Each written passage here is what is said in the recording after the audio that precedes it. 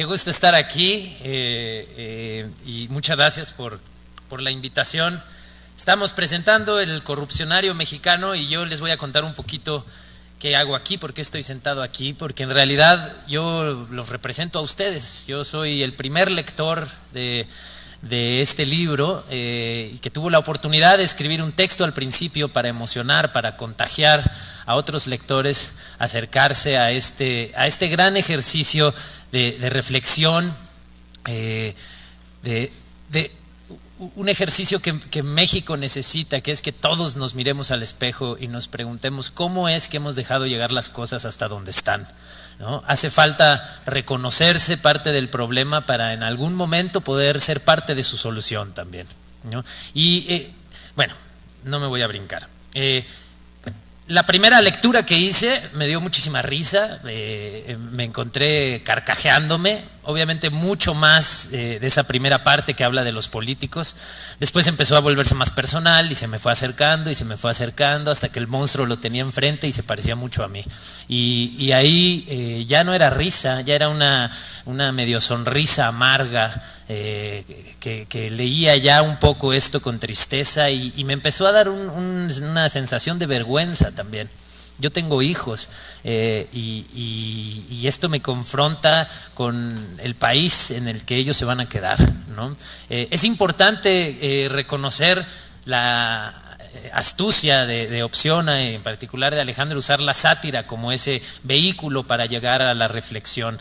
La sátira por mucho tiempo ha sido una gran herramienta para este país, ¿no? A veces a través del trabajo, por ejemplo, de moneros y caricaturistas, es de la única forma que nos confrontamos con noticias que nos costaría mucho leer en un periódico. El teatro de carpa siempre ha funcionado, por ejemplo, como un espacio para la crítica y para la reflexión del público.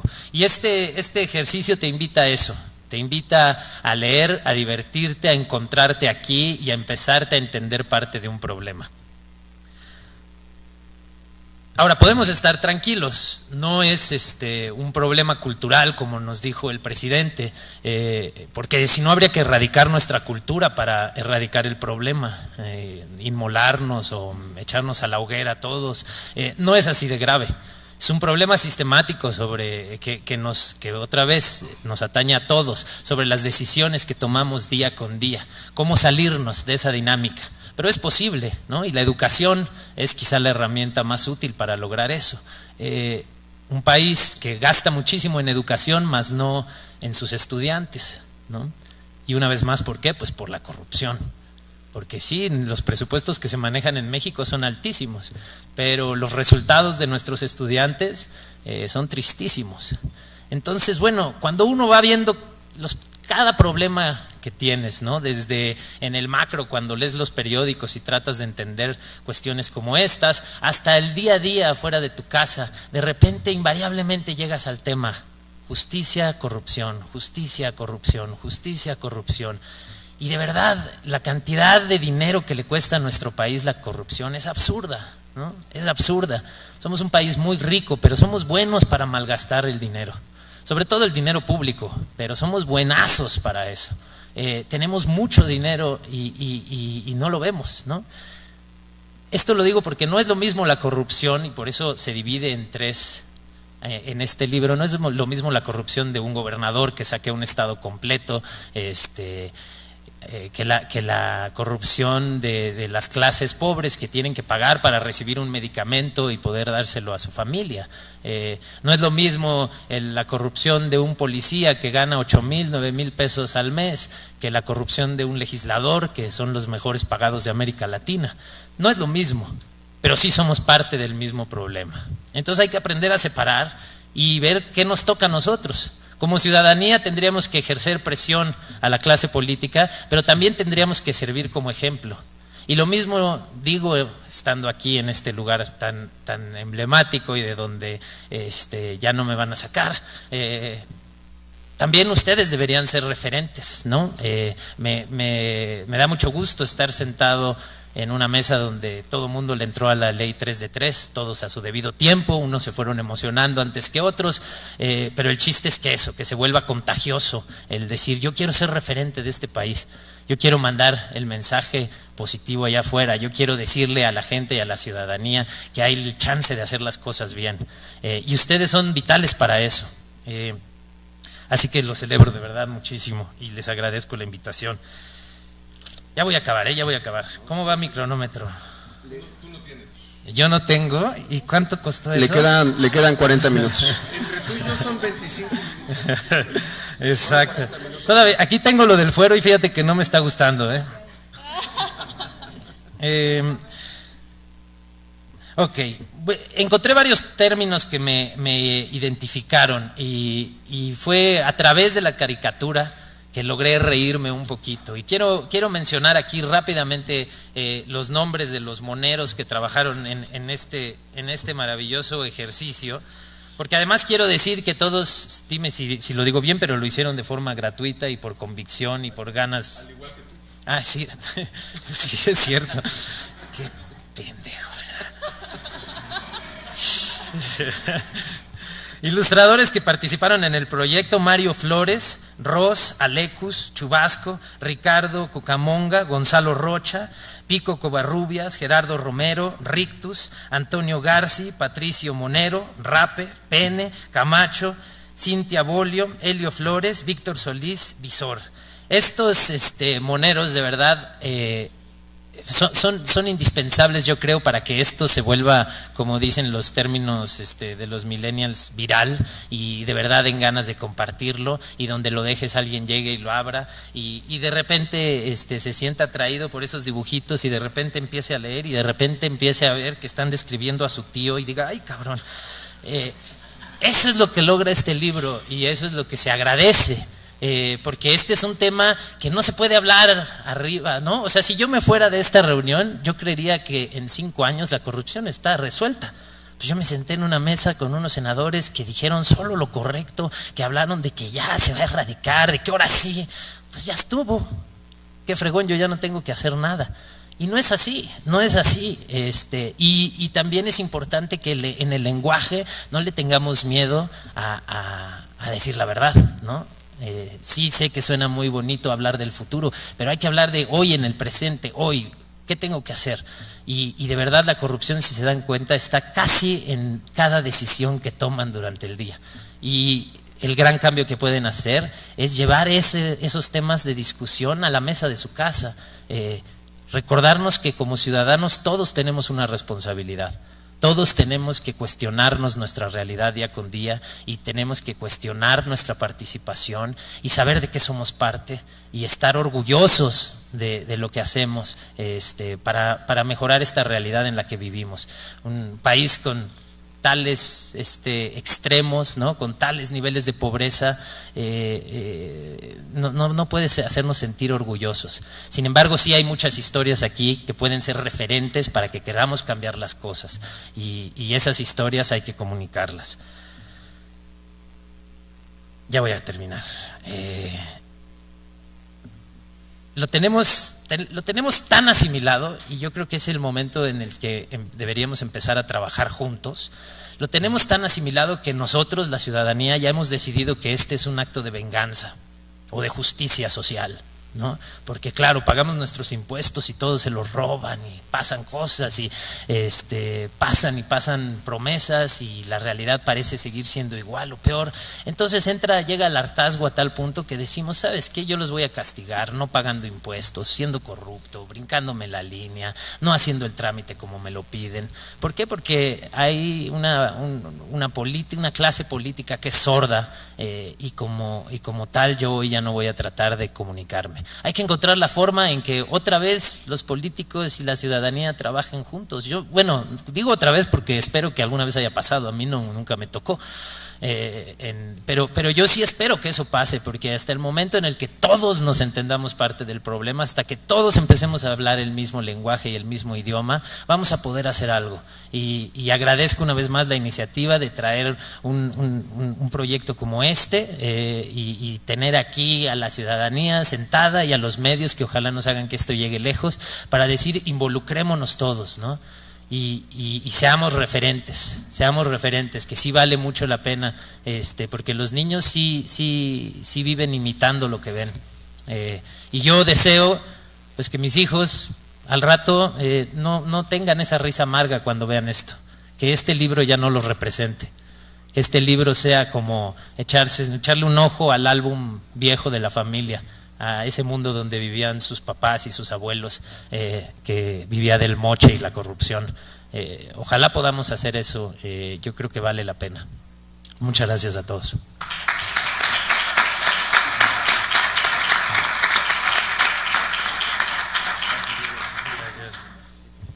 Muchas gracias a Diego Luna.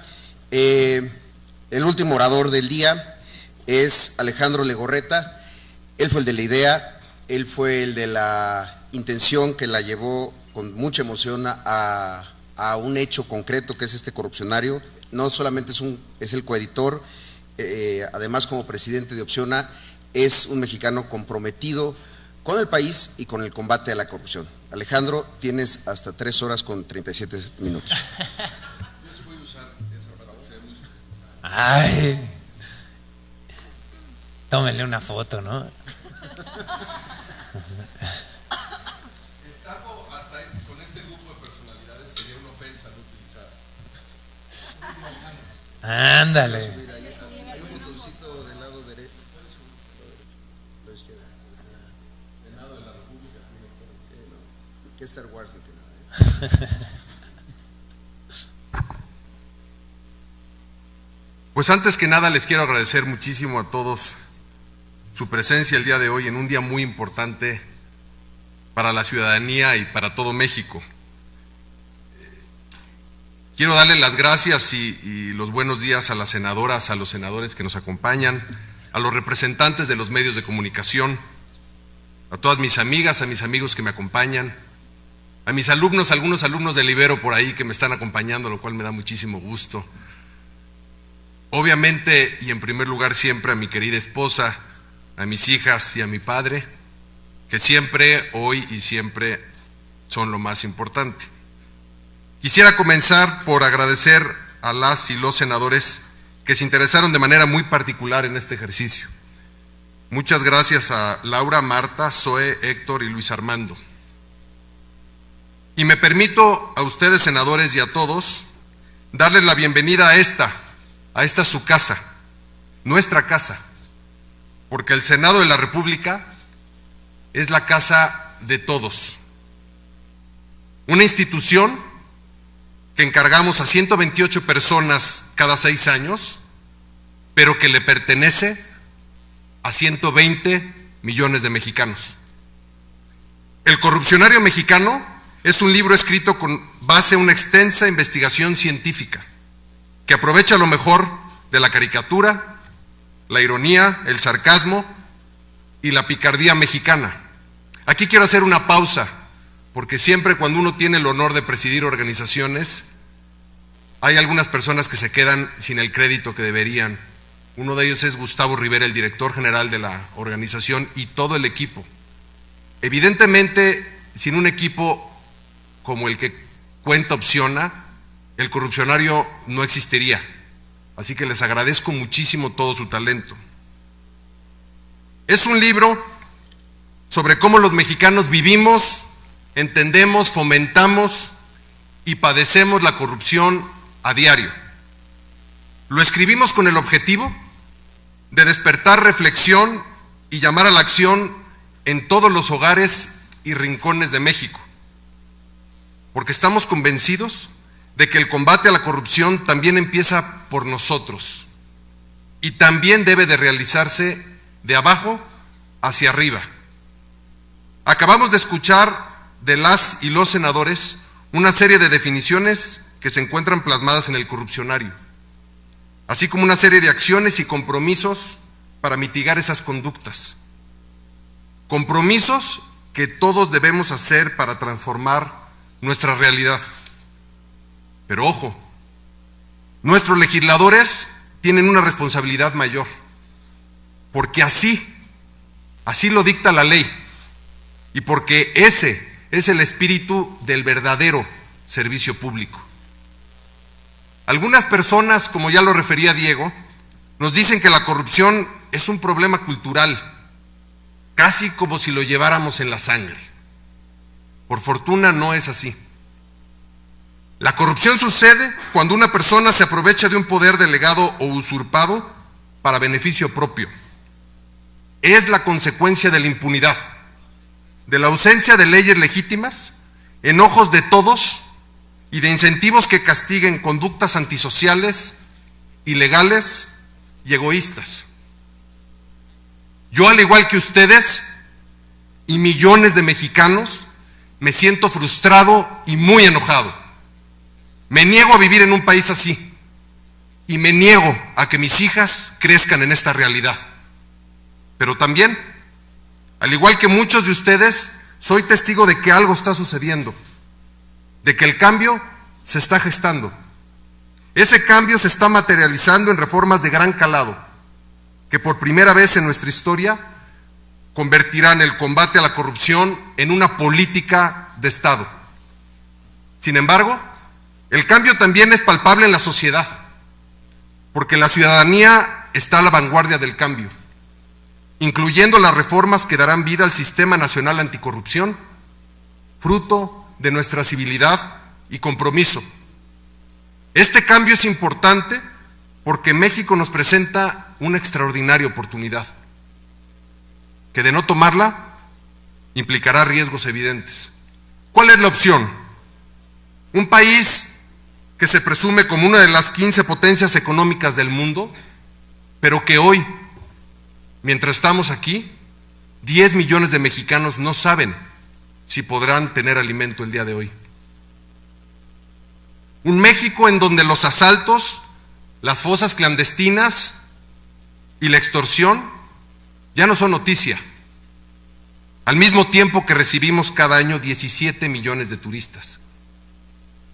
Una nación que forma parte del bloque económico más importante del mundo, pero donde el 1% de la población concentra 43% de la riqueza del país.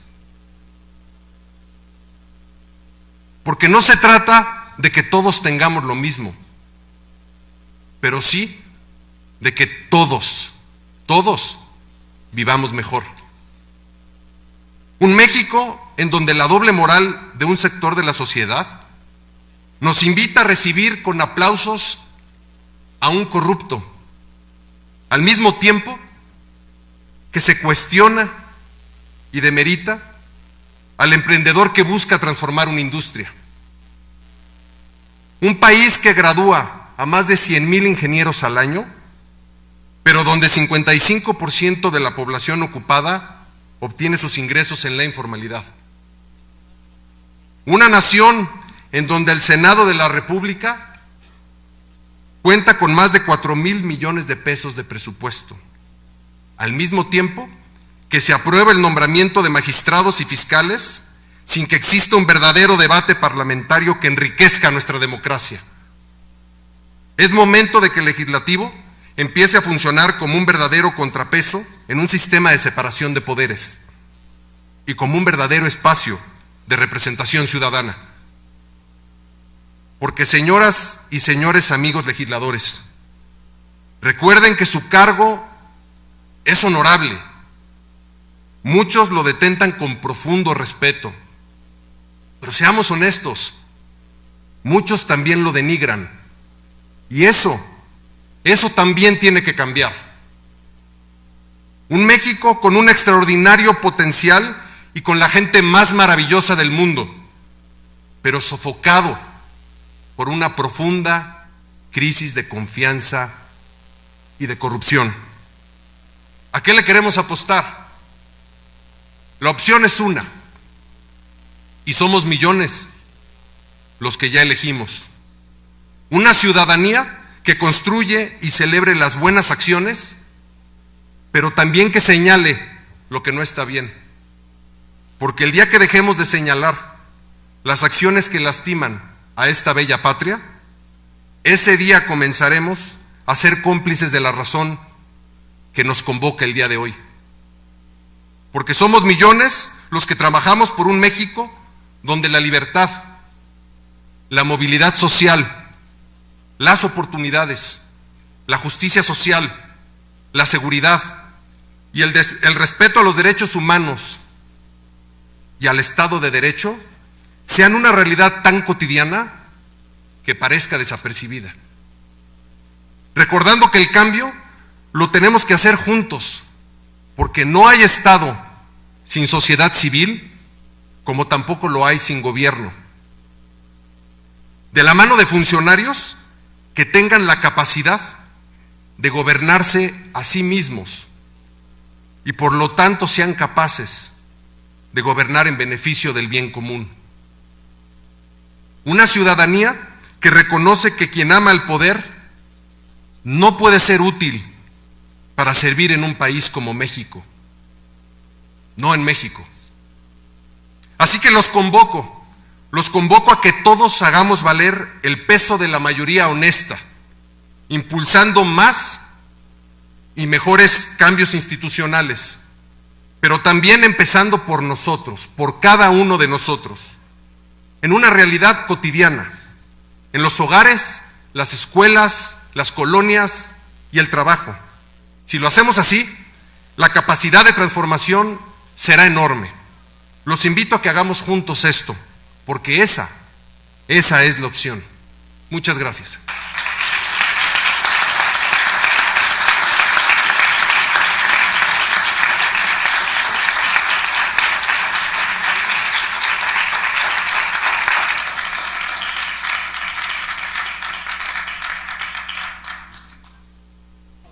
Que yo creo que como sociedad lo menos que debemos salir a hacer es castigar socialmente a los corruptos que conocemos y que se sientan con nosotros en los bautizos, en las bodas. Héctor, me conoces bien. Yo creo que esa es una buena forma de empezar, porque esos cabrones ni castigo social tienen. Perdón.